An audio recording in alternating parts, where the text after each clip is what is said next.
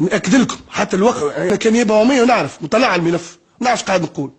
حتى القرار اللي وقع تفكيكه ما فما حتى تطورات جديده في الملف. اليوم علاش تحبوا ولا القائمين بالحق الشخصي ولا اي انسان يحب معناها ما يقتنعش اللي كونه الحقيقه موجوده، اللي عندنا الفاعل الاصلي اللي اقترف واللي اطلق النار على شكري بالعيد موجود اللي هو كمال قضادي. كي كمال قضادي شكوا فيه قالوا ذا كيفاش يتم القاء، علاش ما تمش القاء القبض عليه؟ معناها الموضوع تسكر حسبكم؟ ما تسكرش الملف، ولكن انا ناكد لكم اللي كونه ما فما حتى تطورات في هذا الملف اللي وقع تفكيكه.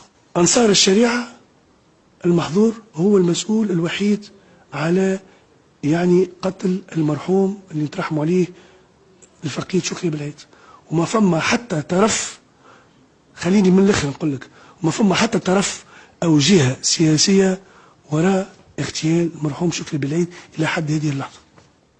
اذا كانوا هم يحبوا يوظفوا القضاء في مسائل معناها السياسيه برا تعارك السياسه، خرجني من القضاء، خرج القضاء من المسائل هذه من المهاترات هذه. اذا كان انت عندك معركه سياسيه ما تدخلش القضاء في الموضوع هذا من فضلكم. راهو القضاء خط احمر، والقضاء ما عنده حتى جهه تنجم تتدخل في قرارات قضائيه وخاصه في جريمه قتل. جوستومون هما يقولوا سيطرت عليه القضاء، السلطه التنفيذيه، حتى السلطه التنفيذيه اللي تنجم تتدخل في السلطه القضائيه.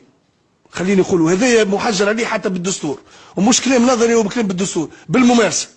ما فما حتى سلطه وما فما حتى جهه تنجم تتدخل في القضاء ولا تنجم تتجرأ باش تتدخل في قرارات صادره عن سيد قاضي التحقيق وفي قرارات قضائيه. انت تحب هذا موضوع توظيف سياسي، تحب تعمل سياسه باش يعمل سياسه بعيد، بعد القضاء بالحكايه يهديكم. خط احمر، خلينا نخدموا على رواحنا.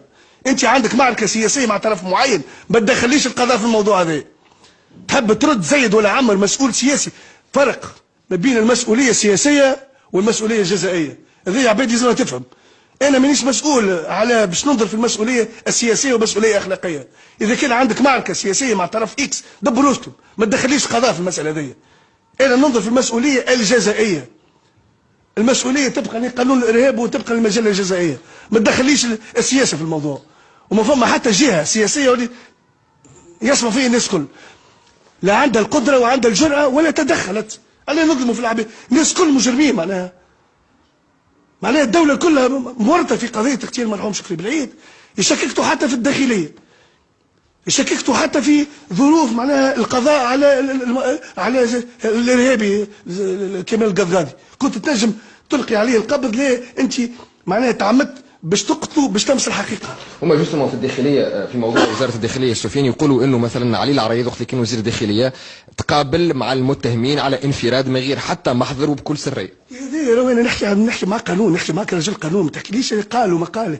العباد اللي تقالوا اللي قلتهم قالوا وقع سماعهم جميع الاطراف. علي العريض وقع سماعه، ورئيس الجمهوريه المرزوقي قاع سماعه، والناس كله قاع سماعهم. واللي قال لا سمعت لكونه تلقيت تهديد اسمع وقع سماعهم وثم وكيف حال صارت اللي ملف. قلت لك شوف يعني طلبات نتاع القائمين بالاكثر من ثم طلبات تضحك. راهو اخي راهو قاضي التحقيق هو اللي يقدر، مش مطالب راهو قاضي التحقيق باش يستجيب لجميع طلبات القائمين بالحق الشخصي. لا سي القائمين بالحق الشخصي مع احتراماتي للمحامين الكل بدون استثناء، همش هما مؤهلين ولا سي عدلية الثوم هو مؤهل باش يقيم قاضي تحقيق ولا باش يقيم النيابه العموميه. ثم تفقديه عامه هي اللي تقيم، ثم مجلس القضاء هو اللي يقيم، والهيئه الوقتيه المشرفه على القضاء العدلي هي اللي رقات سيد قاضي تحقيق 13 داكوردو. وبربي نبعدوا من المهاترات هذوما، يمشي خلينا نقعدوا نخدموا على رواحنا خير. فهمتني؟ معناها اليوم السلطه السياسيه هي اللي رقات قاضي تحقيق 13. ما نجاوبش على المسائل هذه، المهاترات هذوما انا اللي هي في مسائل اهم. نحن المجلس على القضاء الهيئه الوقتيه المشرفه على القضاء العدلي هي المسؤوله الوحيده على تلخيط قضاة، مش اكس ولا زيد ولا عمر مسؤول على ولا باش يقيم. شكون هو باش يقيم زيد ولا عمر؟ يزينا عاد وين ماشيين؟ اخي وين ماشيين؟ شنو هي معناها تو السلطه هي اللي ترقي، مسعى القضاء هو اللي يرقي. وقاضي تحقيق 13 الهيئه الوقتيه المشرفه على القضائي هي اللي رقاته كوكيل جمهوريه. واضح؟ مانيش نستناو اليوم اكس ولا زيد ولا عمر باش نقيموا القضاة. ما عندك حتى صفه انت باش تقيم القضاة، ولهذا تظهر الحكايه ولات مساله شخصيه. ينساوها تحقيق 13 ونسى النيابه، لو كان عندك دائره ايام، لو كان عندك محكمه قانون قايمين بالحق الشخصي عاقبوا قرار دائره ايام مرتين. حجوز المحكمه الابتدائيه بتاع تونس تعرض للسرقه، من بينهم جهاز حاسوب بتاع مدرويسي، وثم محل قضايا من بين السرقات هو سرقه حاسوب احمد درويسي، وثم قضايا تحقيقيه تحل فتح بحث تحقيقي في الموضوع، وتبين اللي كونه هذا بالكاميرا ثابت اللي كونه المتهم هو كاتب في المحكمه واعترف، وهذا موثق حتى بالكاميرا ومودع بالسجن. وخاصه بالنسبه لمساله الجهاز الحاسوب وقع عليه اختبار، الحاسوب وقع عليه اختبار، والاختبار هذا مظروف بملف القضيه. شكري بالعيد هذاك امانه في رقبتنا، ننظر في جريمه بتاع قتل، ازهاق روح بشريه، جريمه يهتز لها عرش الرحمن، امانه قدام ربي سبحانه وتعالى. شنو دور النيابه ولا شنو مصلحه القضاء كسوا نيابه او تحقيق او دائره اتهام او دائره جنائيه باش تطمس الحقيقه بتاع قتل؟ خي بالكش ننظر في جريمه بتاع خيانه وسرقه وتدليس، جريمه قتل. شكري بالعيد عنده عباد، عنده عائله، امانه قدام ربي.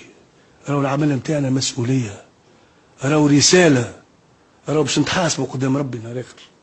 انا اليوم كنيابه ولا كقاضي تحقيق 13 او تحقيق 13 ثاني او دائره اتهام او دائره جنائيه باش نخبي الحقيقه شكون قتل شكري بالعيد.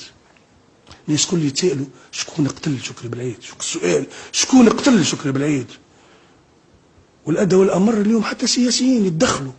اليوم مازلنا ننتظروا في الحقيقه، الحقيقه موجوده، الحقيقه عندنا شكون يقتل، وعندنا شكون يدبر، وعندنا شكون يساعد، وعندنا شكون يمول، وعندنا انا هي الحقيقه اللي نحبوها انتم، الحقيقه القضائيه. انا قاضي، عندك عركه سياسيه دبر راسك، ما تدخلنيش قضاء في المسائل هذه، يعيشك ما تدخلنيش، ابعدني من المسائل هذه، بعيدا على التجاذبات السياسيه.